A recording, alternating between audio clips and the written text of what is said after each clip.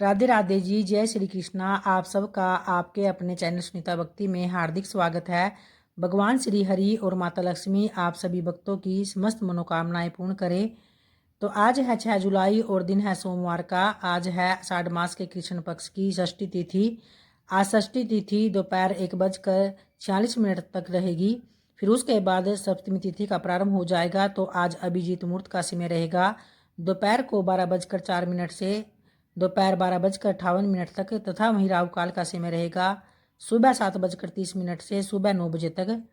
तो अभिजीत मुहूर्त में आप किसी भी नए कार्य जैसे कि नौकरी व्यवसाय शुरू करना या संपत्ति में कोई भी निवेश करने के लिए या गृह प्रवेश पूजा पाठ के लिए यह बहुत ही शुभ और उत्तम समय माना जाता है।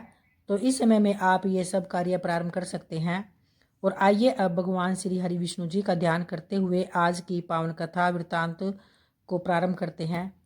तब धरणी देवी ने पद्मावती से कहा कि हे सुलोचने, उसके भक्तों का कोई लक्षण तो बतलाओ जिनके लिए वह संसार में सुलभ हो। तो इस पर पद्मावती कहने लगी, उनके मनोरम लक्षणों का वर्णन करती हूँ, सो हे देवी ध्यानपूर्वक सुनो। वे वेदों के स्वाध्याय में तत्पर होकर सदा वैदिक कर्म का अनुष्ठान करते हैं और सत्य बोलते हैं, तथा न ही दूसरों की कभी निंदा करते हैं, दूसरों के धन का अपहरण भी नहीं करते, तथा न ही प्राय स्त्री कितनी भी सुंदर क्यों न हो वे न तो उनकी याद करते हैं और न ही उनके स्पर्श करते हैं। तो ऐसे सदाचारी महात्माओं को तुम वैष्णव जानो, जो सब प्राणियों के प्रति दया भाव से युक्त होकर सबके हित में संलग्न हो, तथा देवेश्वर विष्णु के गुणों का गान करते हुए उनको निश्चय ही भगवान भक्त समझो। और जिस किसी वस्तु से भी जो संतुष्ट रहते हो, अपनी ही स्त्री के प्रति अनुराग रखते हुए राग भय और क्रोध से दूर रहे, उन पुरुषों को तुम भगवान विष्णु का भक्त जानो, जो ऐसे लक्षणों से युक्त हैं और वे ही वैष्णव माने गए हैं। तो ऐसे सदाचारी भक्तों को ही उन परमात्मा की प्राप्ति हो सकती है और उन्हीं परमेश्वर में मेरा प्रेम हो गया है। मेरा मन उन्हीं से मिलना चाहता है। हे माँ, अतः भगवान विष्णु के सिवा मैं और किसी वस्तु की कोई इच्छा नहीं रखती। मैं उस श्याम सुंदर भगवान विष्णु का स्मरण करती हूँ और उन्हीं के हरि अच्युत आदि नामों को स्मरण करती हूँ। अतः जिस प्रकार उनसे संबद्ध हो सके वैसा ही उपाय सोचो। तब माता से ऐसा कहकर दनिया दशा को पहुंची हुई कमर सदृश मुख वाली वह पद्मावती चुप हो गई। और पुत्री की ये सब बातें सुनकर धरणी देवी यह सोचने लगी कि भगवान विष्णु कैसे प्रसन्न होंगे। और इस समय अगस्त्येश्वर की पूजा करके पूर्वोक्त कन्याएं फिर वकुल मालिका के साथ धरणी देवी का दर्शन करने के लिए आई। वहां महारानी धरणी ने घर पर पधारे हुए ब्राह्मणों को उत्तम भोजन देकर उनका स्वागत सत्कार करके वस्त्र और आभूषणों सहित पर्याप्त दक्षिणा भी दी, तथा अपने मनोरथ की सिद्धि के लिए आशीर्वाद लेकर फिर वह उस सब को विदा किया। तत्पश्चात वहां आई हुई मनस्वी कन्याओं से पूछने लगी कि बताओ, यह श्रेष्ठ कन्या कौन है और तुम लोगों से इसका साथ कहाँ हुआ? तो इस पर राजभवन में यह किस लिए यहाँ आई है? मुझे तो यह कोई पूजनीय देवी प्रतीत हो रही है। तब कन्याएं बोली कि हे महारानी, यह देवी वास्तव में दिव्यांगना है और किसी कार्य से आपके पास आई है। और तब देवालय में भगवान शंकर के समीप हम लोगों से यह मिली थी। हमारे पूछने पर इसने बताया कि मैं पूजनीय महारानी से मिलने आई हूँ। और तब हमने भी कह दिया तुम हमारे साथ ही चलो, और हम महारानी की दासियां हैं। अभी राजमहल में हम सब चली आई और इस प्रकार यह आपके समीप आई है। अब आप ही पूछे कि इसके आगमन का क्या उद्देश्य है। तब धरणी देवी ने पूछा, तुम कहाँ से आई हो? मुझसे तुम्हें क्या काम है? सच सच बताओ। तो वकुल मालिका बोली कि हे महारानी, मैं वेंकटाचल से आई हूँ और मेरा नाम वकुल मालिका है।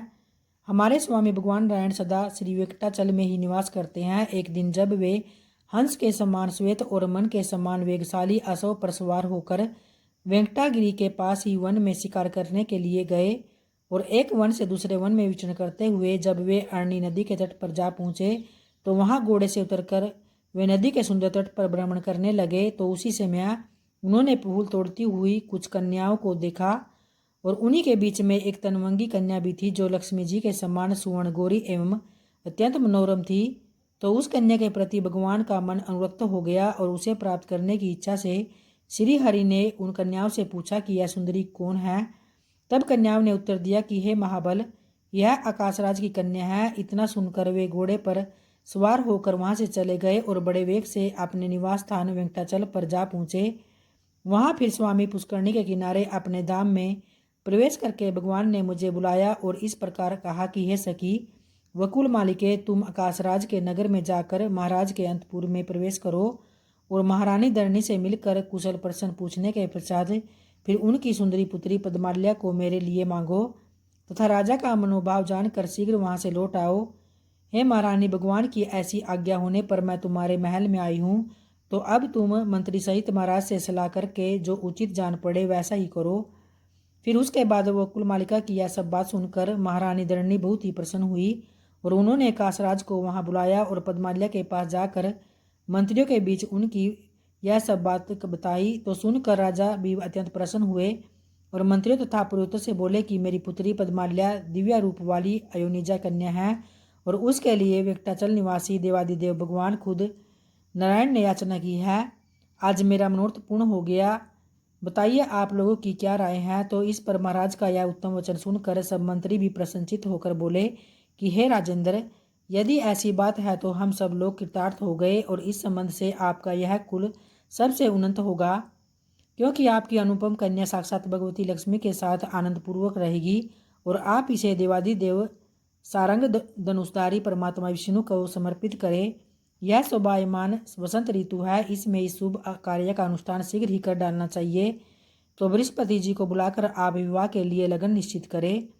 तदनंतर फिर बहुत अच्छा कहकर कासराज ने देवलोक को बृहस्पति को बुलाया और वर कन्या के विवाह के लिए लगन भी पूछा कि हे ब्राह्मण, कन्या का जन्म नक्षत्र मृगशिरा है और वर का श्रवण, अतः इन दोनों के विवाह संबंध का विचार कीजिए। तो इस पर बृहस्पति जी ने कहा कि वर और कन्या दोनों की सुख वृद्धि के लिए ज्योतिषियों ने उत्तरा फाल्गुनी नक्षत्र को सर्वश्रेष्ठ माना है, अतः आप वैशाख मास के उत्तर फाल्गुनी नक्षत्र में दोनों का विधि पूर्वक विवाह कार्य संपन्न करें। तो यह सब सुनकर राजा ने बृहस्पति जी की पूजा करके उन्हें वहां से विदा किया और फिर उसके बाद भगवान की दूती से कहा कि हे सुबे, तुम भगवान के निवास स्थान को जाओ और देवादिदेव नारायण से कहो कि वैशाख मास में यह मंगल कार्य संपन्न होना चाहिए। तो आप वैवाहिक मंगलचार संपन्न करके यहाँ फिर पधारे। इसके बाद देवी का प्रिय करने वाले सुख रूपी दूत को वकुल मालिका के साथ भेजकर आकाशराज ने फिर अपने पुत्र वायु, इंद्र आदि देवताओं के बुलाने के कार्य में नियुक्त कर दिया और साथ ही विश्वकर्मा को बुलाकर नगर की सजावट के काम में सौंप दिया। उधर वकुल मालिका भी अशोक पर सवार होकर सुख के साथ प्रस्थान कर गई और वेंकटाचल पर पहुंचकर देवालय के समीप घोड़े से जब उतरी तो सुख को अपने साथ लेकर मंदिर के भीतर गई। वहां सुंदर नेत्रों वाले भगवान नारायण को लक्ष्मी जी के साथ रतन सिंह सिंहासन पर विराजमान देखकर प्रणाम करके प्रसन्नता पूर्वक बोली कि हे प्रभु, वहां के कार्य तो मैंने पूरे कर दिए हैं, उधर से मांगलिक वार्ता करने के लिए सुख आया हुआ है। तो तब भगवान की आज्ञा पाकर सुख ने भी उन्हें प्रणाम किया और इस प्रकार कहा कि हे माधव, भूमि कन्या पद्मावती ने आपके पास यह संदेश भेजा है कि मुझे अंगीकार कीजिए। हे रमापते, मैं आपका ही नाम लेती हूँ और आपका ही स्मरण करती हूँ, अतः हे मधुसूदन, आपकी प्रसन्नता के लिए ही मैं सब कार्य करती हूँ। मेरे इस काम में पिता और माता की भी सम्मति है। हे देवेश, मुझ पर कृपा करके मुझे अंगीकार कीजिए। तो सुख का यह प्रिय वचन सुनकर श्री हरि कहने लगे कि हे सुख, जाओ और पद्माल्या से इस प्रकार कहो कि हे देवी, श्री नारायण देव ने कहा है कि मैं देवताओं को साथ लेकर मंगलमय विवाह कार्य संपन्न करने के लिए अवश्य आऊँगा। तब भगवान का यह वचन सुनकर और प्रसाद रूप से उनकी दी हुई वरमाला लेकर सुख भी शीघ्र ही आकाशराज की कन्या के पास लौट गया और उसने कस्तूरी की सुगंध से युक्त होकर तुलसी माला राजकुमारी को देकर प्रणाम किया और भगवान का शुभ संदेश कह सुनाया। तो यह सब सुनकर उस प्रसाद माला को हाथ में लेकर पद्माल्या ने उसे मस्तक पर चढ़ा लिया और भगवान के आगमन की प्रतीक्षा करती हुई योग्य आभूषण धारण किए। आकाशराज ने भी आनंदमग्न होकर चंद्रदेव को बुलाकर आदरपूर्वक कहा कि हे राजन, आप नाना प्रकार का सरस भोजन तैयार कीजिए जो भगवान विष्णु के भोग में आने योग्य हो। उत्तम से उत्तम अन्न की व्यवस्था होनी चाहिए। उसके बाद देवादिदेव भगवान नारायण ने भी लक्ष्मी जी को बुलाकर कहा कि हे कल्याणी, अपनी सखियों को तुम भी आज्ञा दो और वैवाहिक कार्य को संपन्न कराओ। तब भगवान का यह आदेश सुनकर लक्ष्मी देवी ने सखियों को बुलाया और सबको आवश्यक कार्य करने की आज्ञा दी।